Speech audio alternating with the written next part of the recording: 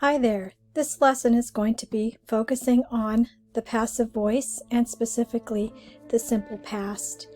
And as we go along, I'll be sharing some snapshots of Japan that I took during a trip to Japan in 2019, mostly Okinawa. The pictures are from Okinawa. All right, so the first thing that we should look at is the form. There are basically two parts. We have the verb be in past and the past participle. So the verb to be in the past would be was or were, and the past participle could be a verb if it's regular ending in ed. If it's irregular, then the spelling will change. So then we have to go on and look at what does a passive voice mean? Well, we look at the basic definitions.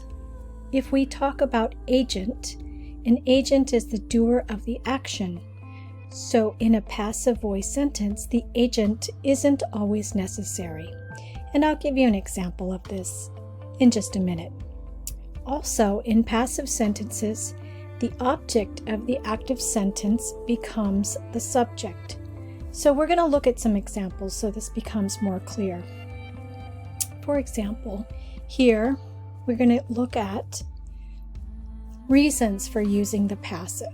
We use the passive often when the focus is on the action or on the person or thing receiving the action. Here's an example. Delicious food was sold in many outdoor venues in Okinawa. Was is the verb to be in the past tense and sold is the past participle, so that matches the form. Then we're focusing on the action. The food was sold. We don't need to explain who did it. In the second example, I was pleased by the variety of Japanese dishes I could sample at outdoor food booths in Okinawa.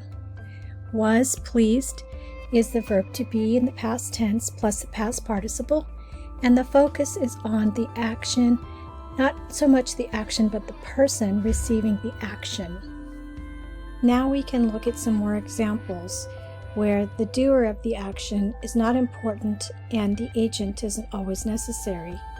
Here we have lanterns were hung above the doorway. It's passive, there is no agent. Or if you want to change it to active, we could say store owners hung lanterns above the doorway. So this has an agent, so it's not passive any longer, it's active. Here we've got some issues that we need to focus on. Subject-verb agreement is very important. So if you have a plural subject like prices, you need to use were. Even though I have for sushi, which is singular, it's a prepositional phrase. It's not the subject of the sentence. The subject, the prices, is plural. So I would say were listed very clearly in front of the restaurant. If it's singular, like this, mackerel fish, my favorite type of sushi, was put in the cheapest price category. So mackerel fish is singular, so we're going to use was instead of were. Then we've got some common confusion problems here. So the verb be plus a past participial adjective that ends in ed is not the passive voice.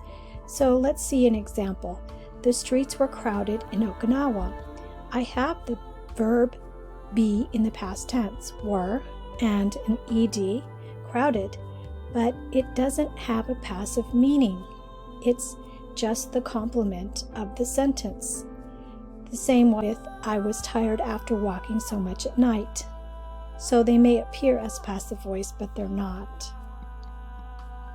And let's see, passive or not. Here we have a little test for you. Is this passive or not? The tranquil hotel I stayed at in Okinawa was located near the lively part of the city. We have the past was, and we have the past participle located. So it has a correct form. However, the meaning is not passive. Now let's look at another. I was amazed by the beautiful lights at night in Okinawa. We have the past of the verb be and a past participle amazed. The difference with this one is that we have by.